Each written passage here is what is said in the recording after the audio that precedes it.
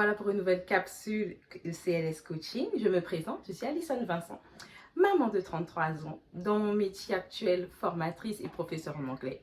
Mais surtout, je suis une maman entrepreneur, je suis une coach en amour de soi et en confiance en soi qui accompagne les mamans solo à s'épanouir pleinement dans leur vie, à maximiser leur potentiel et surtout à libérer leur énergie féminine sans complexe. Donc, pour notre vidéo, je vais vous donner en fait 2 raisons pour lesquelles naître femme et devenir femme vous permet de vous accorder sur votre vision et votre mindset féminin. D'abord, naître femme en fait. Naître femme, c'est vrai que physiologiquement, on a les organes génitaux en tant que femme, mais pas que.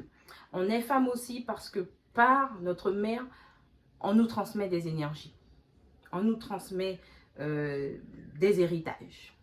D'accord? Des héritages de nos générations de femmes, de nos grands-mères, arrière-grand-mères jusqu'à notre mère.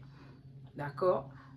Toute cette symbolique de naître femme n'est pas liée juste au physique, mais aussi au niveau spirituel, que quand on est femme, on a une histoire.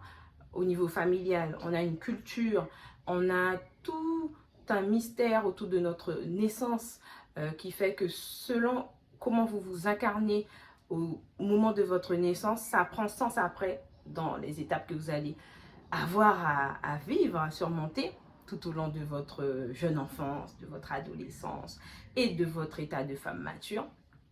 Tout ça compte énormément. Et prendre conscience que quand on est femme, vraiment, c'est une chance. C'est vrai qu'actuellement, c'est difficile, mais de prendre conscience que vraiment, nous femmes, nous portons en nous vraiment une puissance en fait.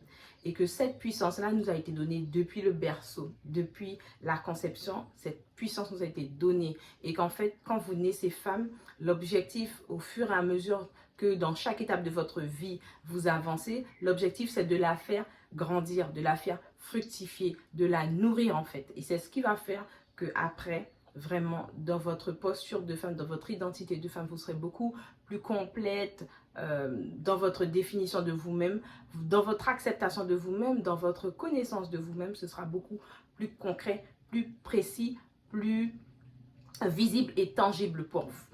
Ensuite, deuxième point, devenir femme, c'est important aussi pour accorder votre vision et votre mindset féminin. On devient femme, pas forcément en ayant des enfants. Ça, il faut qu'on puisse se le dire, parce que ce n'est pas une obligation d'avoir des enfants, c'est un choix. D'accord? C'est un choix, c'est une responsabilité, c'est une mission quand on porte des enfants, quand on les élève. Mais ce n'est pas comme ça seulement qu'on devient une femme. Parce qu'on peut devenir une femme en élevant d'autres personnes dans notre famille. On peut devenir une femme quand on aide des personnes extérieures à pouvoir avancer dans leur vie, qu'on les conseille ou qu'on leur enseigne. Ça aussi, c'est un moyen de développer notre état, notre identité de femme. Ça aussi, ça ne se fait pas juste par le fait d'avoir des enfants. Spirituellement aussi, on devient une femme. Quand on est capable vraiment de pouvoir, au niveau de son état d'esprit, d'être clair sur nos croyances, sur nos pensées, sur nos blocages, sur nos schémas répétitifs, sur nos blessures, sur nos rejets, notre guérison, comment on la vit, comment on l'accepte, comment on le conscientise, avec quelle énergie. Et même par rapport à votre relationnel, ça aussi, ça vous permet de vous aider à construire votre état de devenir femme. Devenir femme, en fait, c'est pas dans le faire. C'est pas dans le faire pour plaire, c'est pas dans le faire pour convenir à une société ou convenir à une personne. Devenir femme, c'est vraiment dans votre être.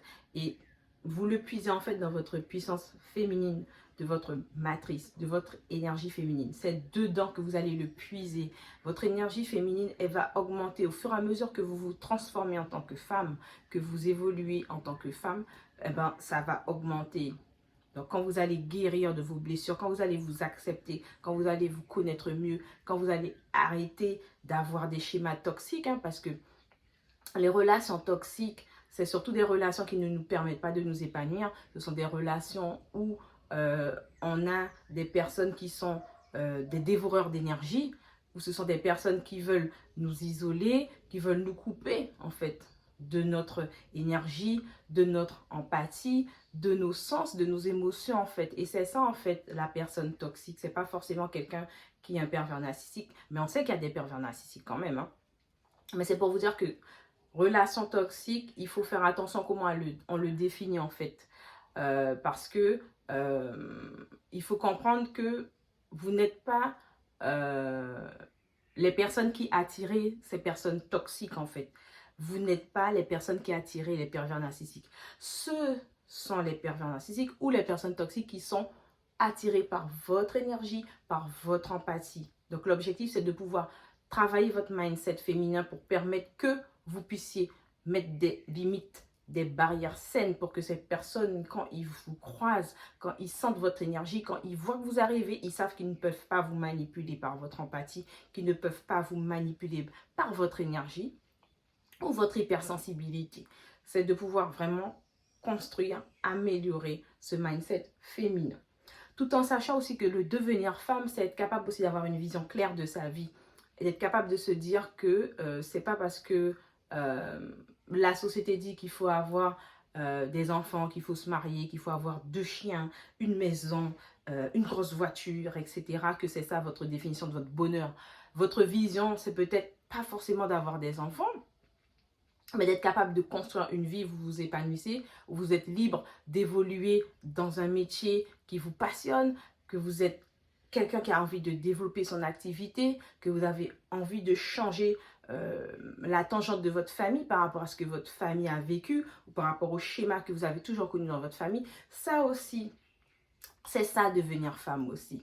C'est d'être capable aussi de pouvoir prendre son temps de faire les choses en conscience, d'avoir vos propres rituels, d'avoir votre lien avec votre spiritualité, dans la manifestation de ce que vous voulez, dans l'attraction, dans l'énergie que vous y mettez, et aussi par rapport à votre vision de votre sexualité. Ça aussi, ça fait partie de la façon de devenir femme, tout en sachant que votre énergie sexuelle, c'est une énergie qui est sacrée.